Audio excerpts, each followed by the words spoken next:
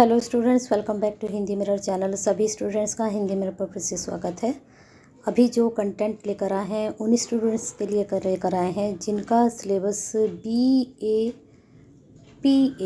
यानी कि 01, 02, 03 तो उससे संबंधित यहाँ पर आपका कंटेंट लेकर आए हैं। और यहाँ पर आपको बता दें, प्रीवियस क्वेश्चन पेपर लेकर आए हैं जिन स्टूडेंट्स के पास लोक प्रशासन है। तो यहाँ पर आपको बता दें कि आपका लोक प्रशासन 01 हम अभी लेकर आए हैं। इसके बाद आपका 02 जो है BAPA, उसकी बुक अपलोड करेंगे। फिर देखते हैं उसके क्वेश्चन पेपर भी अगर कहीं से मिलते हैं तो वो भी अपलोड करेंगे। काफ़ी स्टूडेंट्स की क्वेरीज आ रही है 120 वाला जो आपका कंटेंट है, जितने भी BHI है या फिर आपका PA PS है, जो भी है 120 वाले इसके बाद अपलोड करेंगे, क्योंकि 120 वाले जो पेपर हैं कोड वाले वो 28 तारीख से शुरू होंगे। तो उससे पहले जितने भी हमारे GEPA है या PS है या HI है, तो सबसे पहले हम GE ख़त्म करेंगे, उसके बाद आपका 120 कोड लेंगे, ठीक है। उसके बाद फिर आपका VAC कराएंगे। तो एक सीक्वेंस से हम चलेंगे। तो जुड़े रहिए आप हिंदी मिरर के साथ और अपनी तैयारी करते रहिए। इसी तरह से काफ़ी स्टूडेंट्स की जो है क्वेरी, जिनका पेपर ईयरली वाले जो स्टूडेंट्स हैं वो भी कह रहे हैं कि मैडम हमारा पेपर सोल्व करवा दो। उनका पेपर हुआ है अभी HFHVA का, तो थोड़ा बिजी शेड्यूल है, कराते हैं। आपके सारे जितनी भी आपकी क्वेरीज आ रही हैं, क्वेरीज भेजते रहिए। और साथ में हिंदी मिरर के लिए एक लाइक अपने परिवार के लिए और शेयर कर दीजिए सभी स्टूडेंट्स के लिए जो हिंदी मिरर से नहीं जुड़े हैं, और उन तक ये कंटेंट पहुंच जाएगा जब आप इसको शेयर करेंगे। तो चलिए प्रश्न आपको बता देते हैं कौन कौन से प्रश्न आपके एग्ज़ाम में आने हैं। अब यहाँ पर पहला प्रश्न जो आपका बन रहा है, भारत में लोकपाल लोकायुक्त संस्थाओं का एक आलोचनात्मक मूल्यांकन कीजिए। वैसे जो आपका ये पेपर है, पेपर का जो टाइटल है वो लोक नीति है, ठीक है। डाला क्या गया है, लोक प्रशासन, है ना। नेक्स्ट क्वेश्चन है, पंचायती राज संस्थाओं की उपलब्धियां और समस्याएं क्या हैं। इसके बाद जो इम्पोर्टेंट है उसको मैं साथ के साथ बताती चलती हूँ। ये इम्पोर्टेंट है, इसको जरूर तैयार करके जाइएगा। नेक्स्ट क्वेश्चन, राष्ट्रपति तथा संघीय मंत्रिमंडल के मध्य संबंधों का परीक्षण कीजिए। इसके बाद आपका है, प्रधानमंत्री का पद वैसा ही बन जाता है जैसे कि उस पद को धारण करने वाला बनना चाहता है, विवेचना कीजिए। तो ये कोटेशन है, किसके द्वारा कही गई है, और इस कोटेशन का आप क्या मतलब लिखेंगे, क्या अर्थ देंगे।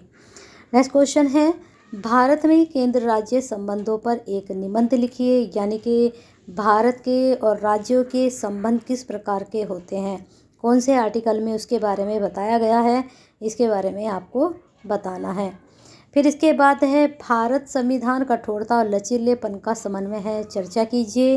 नेक्स्ट आपका है, भारत के संविधान में स्वतंत्रता के अधिकारों की विवेचना कीजिए।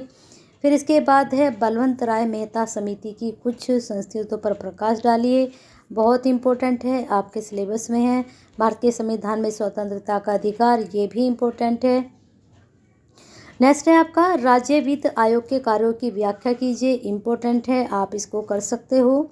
नेक्स्ट क्वेश्चन है आपका, अखिल भारतीय सेवाओं पर नियंत्रण पर एक टिप्पणी लिखिए। ये भी आपका इम्पोर्टेंट क्वेश्चन जा सकता है।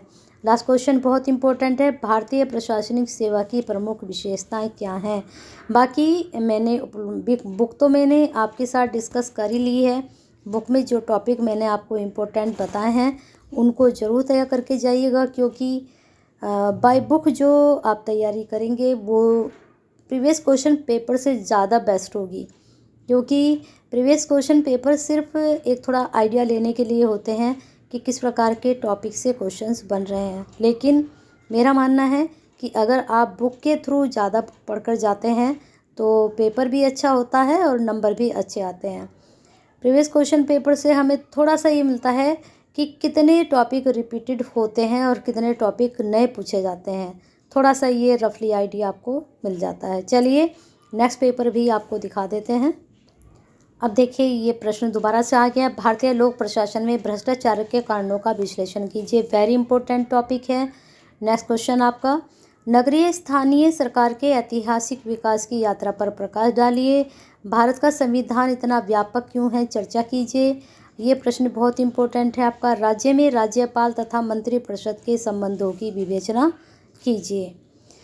चलते हैं नेक्स्ट क्वेश्चन पर। 44वें संविधान संशोधन के अंतर्गत राष्ट्रपति के पद के संबंध में क्या व्यवस्था की गई है। वेरी इंपॉर्टेंट है, क्योंकि आपके सिलेबस में जो है राज्यपाल, राष्ट्रपति, प्रधानमंत्री, ये सब टॉपिक जो हैं बहुत इंपॉर्टेंट बन रहे हैं।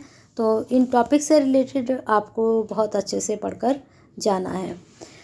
चलते हैं नेक्स्ट क्वेश्चन की तरफ। 5 हो चुके हैं, सेक्शन आ चुका है दूसरा। अब यहाँ पर प्रश्न पहला बन रहा है आपका, स्वातंत्रोत्तर यानी कि जो आपका स्वतंत्रता के बाद जो प्रशासन रहा है उसके पर आपको एक टिप्पणी लिखनी है। तो ये प्रश्न भी इम्पोर्टेंट जा सकता है। भारत में प्रशासनिक चुनौतियों के समाधान हेतु अपने विचार प्रस्तुत कीजिए। तो इस तरह के क्वेश्चन कुछ रैंडमली होते हैं। आपने प्रशासनिक चुनौती और भी ये जो टॉपिक है और भी तरीके से आपसे पूछा जा सकता है। यहाँ पर सिर्फ आपके जो है आपके विचार पूछे गए हैं। नेक्स्ट क्वेश्चन है, राज्य के नीति निर्देशक तत्वों के महत्व का परीक्षण कीजिए, यानी कि उनके बारे में आपको बताना है। फिर यहाँ पर नेक्स्ट क्वेश्चन है, जिला नियोजन समिति क्या है। अच्छा प्रश्न है, तैयार करके आप इसको जा सकते हैं। और बाकी मैंने आपको बताया है कि एक बार बुक को अच्छे से गो थ्रू ज़रूर कर लीजिएगा, जितनी यूनिट बताई हैं, क्योंकि 9 यूनिट से ज़्यादा इस बुक में है ही नहीं, इतना आपको सबको मालूम ही है। और 9 यूनिट ज़्यादा नहीं होती। अगर आपने 14-15 यूनिट कोर सब्जेक्ट में निकाली हैं तो 9 यूनिट तो आप आराम से तैयार कर सकते हो। और ऊपर की जो आपकी 2 यूनिट है, 1 से 5 तक की यूनिट है, वो ज़्यादा इम्पोर्टेंट है। फिर लास्ट की यूनिट है। तो सभी में एक साथ नहीं है, जहाँ जहाँ पर इम्पोर्टेंट बताया है उसको ही आप पढ़कर जाइएगा। नेक्स्ट क्वेश्चन यहाँ पर देख लेते हैं, लोक सेवा आयोग की आवश्यकता पर चर्चा कीजिए। वेरी इंपॉर्टेंट, तैयार करके जाइएगा। नेक्स्ट क्वेश्चन, भारतीय प्रशासनिक सेवा अधिकारियों के लिए सेवाकालीन प्रशिक्षण क्या है। फिर यहाँ पर है, नौकरशाही पर एक संक्षिप्त लेख लिखिए। अब ये जो पेपर मैंने आपके लिए अपलोड किए हैं, इसमें सारे प्रश्न आपके सिलेबस से मैच नहीं करते हैं, लेकिन कुछ प्रश्न ऐसे हैं जो आपके सिलेबस से मैच होते हैं, आपकी बुक से मैच होते हैं। तो वो जो प्रश्न आपकी बुक से और सिलेबस से मैच होते हैं उनको आप ज़रूर तैयार करिएगा। बुक भी आपके पास पहुंच चुकी है, प्रीवियस क्वेश्चन पेपर भी आपके पास पहुंच चुके हैं। बस अब किस बात की देरी है, अब आपकी अच्छे से प्रिपरेशन की देरी। अच्छे से प्रिपरेशन कीजिए और 24 में परसों को अपना एग्ज़ाम अच्छे से दीजिए।